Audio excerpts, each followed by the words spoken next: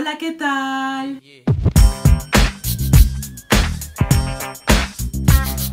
Oh là là, ça fait trop longtemps qu'on se voit pas, franchement. Je m'excuse pour cette absence. En fait, pour ceux qui ne me suivent pas sur Instagram, j'ai été assez malade pendant ces derniers jours, pendant la fin de l'année. Et ça m'a empêché de faire beaucoup de vidéos que je voulais faire, donc voilà. Et en plus de ça, ça m'a fait traverser une de ces périodes que tous les youtubeurs ont, où ils ne font pas beaucoup de contenu parce qu'ils perdent l'habitude de faire des vidéos. Personnellement, vu que j'ai été malade et que j'ai été au lit pendant quelques jours, c'était assez compliqué de se remettre à nouveau à filmer, se mettre devant la caméra, allumer les lumières et tout ça. Donc ceci est la raison pour laquelle j'ai pas posté de vidéos cette dernière semaine. Donc comme je vous dis, ceux qui m'ont sur Instagram le savent. Les autres, bien sûr, vous pouvez pas le savoir parce que vous me suivez pas sur Instagram. Donc comme d'habitude, je vous laisse mon Instagram, où ça? Ici, pour que vous puissiez être au courant de tout ce que j'ai dit là-bas qui peut être très intéressant pour la chaîne aussi. Alors pour commencer l'année, je voulais faire une vidéo en mode c'est que 2019 m'a appris,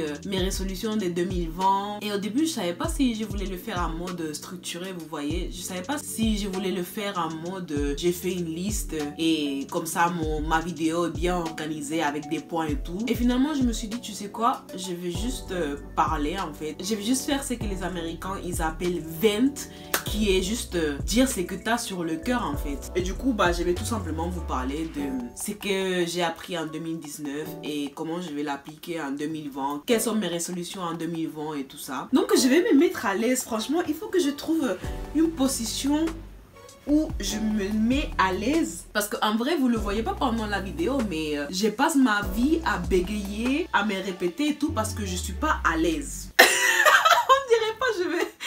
On dirait quand je vais raconter une histoire bizarre là. Attendez. Jesus.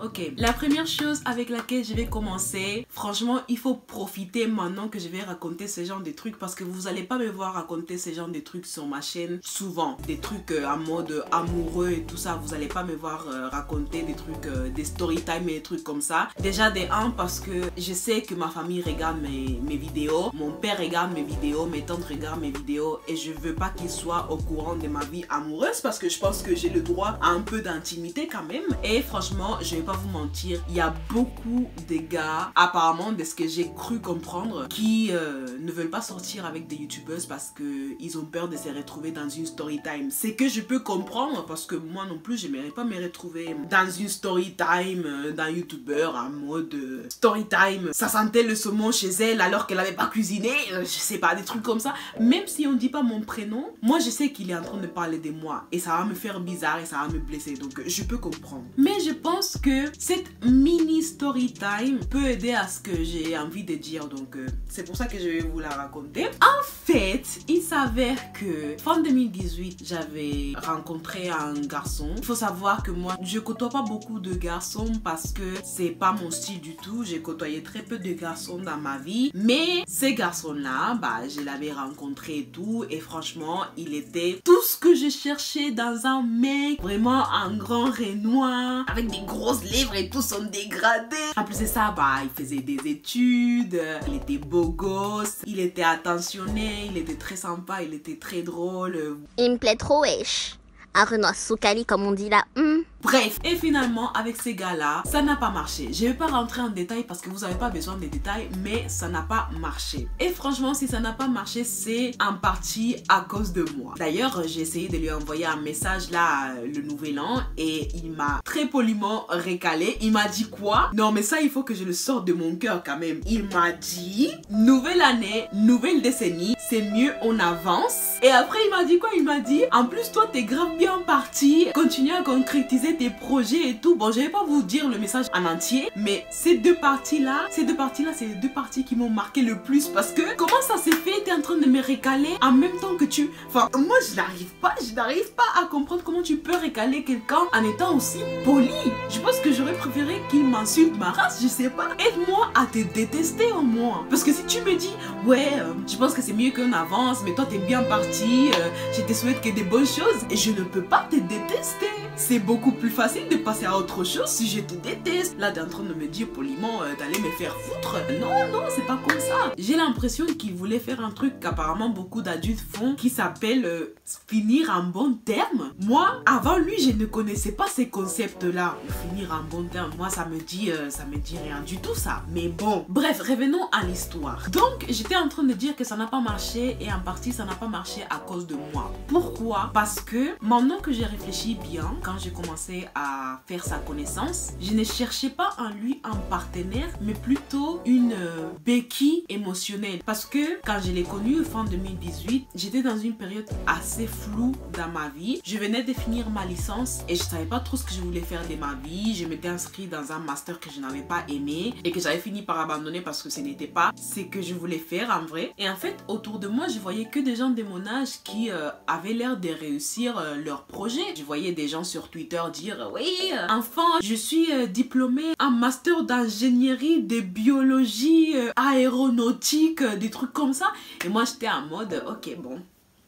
Moi, j'ai fini mon bac plus 3 et je sais pas ce que je veux faire. J'étais assez perdue, j'avais l'impression que je ne servais à rien. Je n'étais pas contente et je ne suis toujours pas contente avec l'endroit où j'habite. Mais ça, c'est un autre truc dont je vais en parler après. Et je me disais, et en plus de tout ça, j'ai pas de mec. Donc, je sais pas pourquoi j'ai cru que la solution à tous mes problèmes, à toute ma vie en général, était de, au moins, trouver un mec. Et au moins, le fait d'être aimé par quelqu'un pourrait m'aider à aller de l'avant et à évoluer dans ma vie en fait, parce que je vais avoir au moins ce soutien, cet amour, cette affection, et tout ça va me convaincre que je suis une personne qui vaut la peine et que ça vaut la peine que j'essaie d'avancer avec ma vie. Sauf que maintenant que je réfléchis, ce n'est pas un bon moyen de voir les choses, parce que si jamais cette personne m'aide à aller mieux et que demain pour n'importe quelle raison, hein, ça peut être parce qu'il t'a trompé, parce qu'il s'est fait renverser par un bus, parce que finalement il n'est pas le mec que tu pensais qu'il était, il peut sortir de ta vie. Et quand il va sortir de ta vie, il va prendre avec lui tout ce que vous avez construit ensemble, toute cette estime de soi que tu as construit avec lui, il va la reprendre en fait. Et tu vas te retrouver à te dire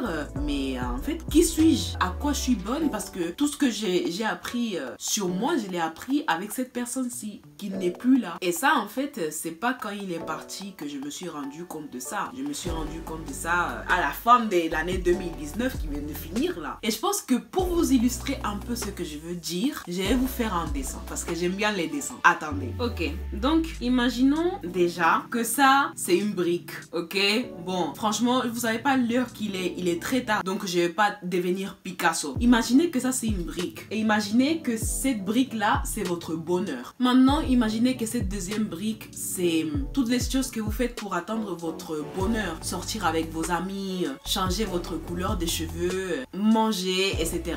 Bref, si la gravité existait dans ces dessins, vous savez que cette brique-là, la brique verte, elle ne tiendrait pas toute seule. Donc, il y a des fois qu'on nous donne l'option de faire tenir la brique verte avec cette brique rouge-là qui est l'amour, qui est le fait de trouver un copain. Et là, en fait, vous savez que la brique verte, elle ne va pas tomber. En fait, c'est assez équilibré. Mais en même temps, c'est une structure qui est très faible, parce que si jamais cette brique là elle part, la brique verte elle va retomber à nouveau. Ça ne vous suffira pas avec le petit travail que vous avez fait pour faire tenir la brique verte du bonheur. Par contre, si au lieu d'essayer de tenir la brique verte avec un truc qui peut disparaître, comme par exemple l'amour, vous essayez de la faire tenir en travaillant votre confiance en vous, en sortant plus, en faisant des activités que vous aimez, il y aura un moment où la brique verte elle va tenir. Et je ne dis pas que c'est facile ou que c'est rapide. Là vous voyez clairement qu'avec deux briques bleues, la brique verte elle ne tient toujours pas. Et vous verrez que des fois, même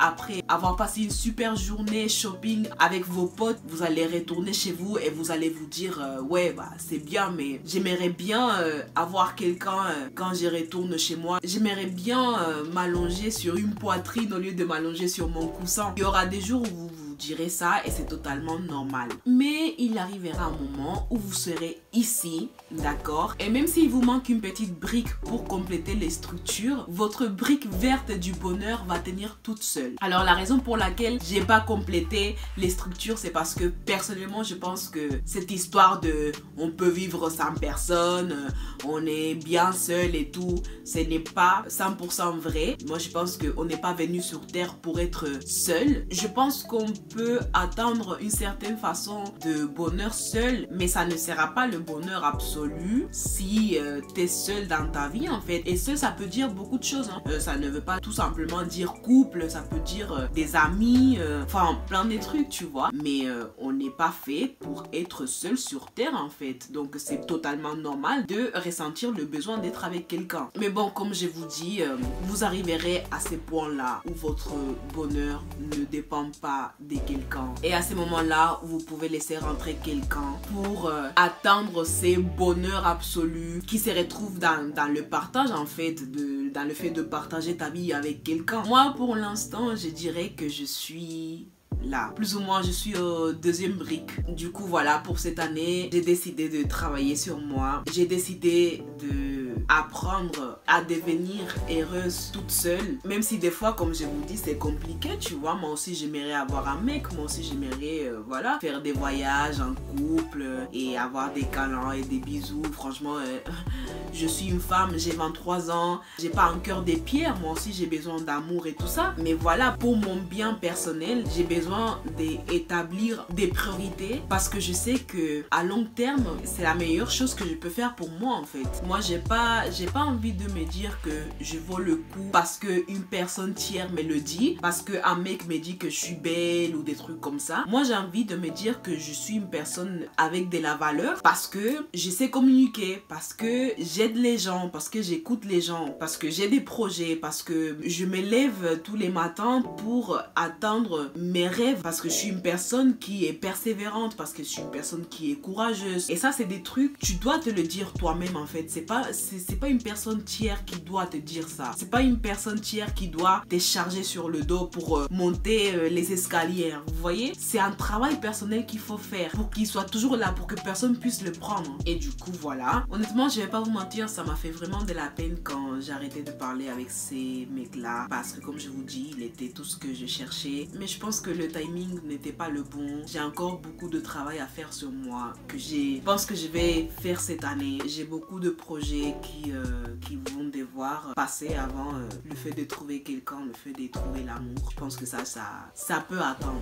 Bref, donc voici la petite parenthèse sentimentale que vous n'allez pas trop voir sur ma chaîne. Donc j'espère que vous avez bien profité. Donc on arrive à la fin de la vidéo qui a été un peu brouillon. D'ailleurs j'ai oublié de vous dire d'où viennent mes cheveux. Donc ces cheveux viennent de la marque Icy Hair. Je me suis rendu compte en regardant d'autres youtubeuses que je le prononçais mal. Moi avant je disais Icy Hair. Ces cheveux viennent de la marque Icy Hair. J'espère qu'ils vont jamais voir cette vidéo là. Bon, anyways, mais en gros ils me viennent de Icy Hair. C'est leur perruque Water Wave. De toute façon je vais mettre toutes des informations en barre d'infos. À la base cette perruque c'était une perruque de 18 pouces, donc qui m'arrivait plus ou moins ici. C'était une longueur assez bizarre. Moi j'aime bien quand c'est vraiment court en carré ou vraiment long, donc j'ai décidé de couper et faire ces carrés. Et franchement je pense que vous pouvez même prendre la perruque en 16 pouces qui va vous arriver plus ou moins ici et la couper si vous voulez cette coupe là, ces petits carrés là. Et voilà, comme vous voyez les boucles, là j'ai mis un peu des mousses et tout ça, mais elles sont bien définies, c'est des belles boucles. La lace elle venait pas customisée, j'ai dû la customiser et j'ai dû décolorer les nœuds. Mais comme je vous ai dit dans la vidéo comment mettre une wig sans natte collée, j'aime beaucoup ces vendeurs. Ils ont des très bonnes mèches qui tiennent pendant des années, donc je vous les recommande vraiment. Si vous avez aimé cette vidéo, n'hésitez pas à liker, n'hésitez pas à la partager, n'hésitez pas à vous abonner à ma chaîne, ça me ferait très plaisir de nous voir grandir de jour en jour. Et n'oubliez pas de vous abonner à mes réseaux, surtout sur Instagram où j'essaye désespérément d'avoir mes 10K pour pouvoir débloquer le swipe up, d'accord? Je vous dis à très bientôt pour une nouvelle vidéo. Bisous!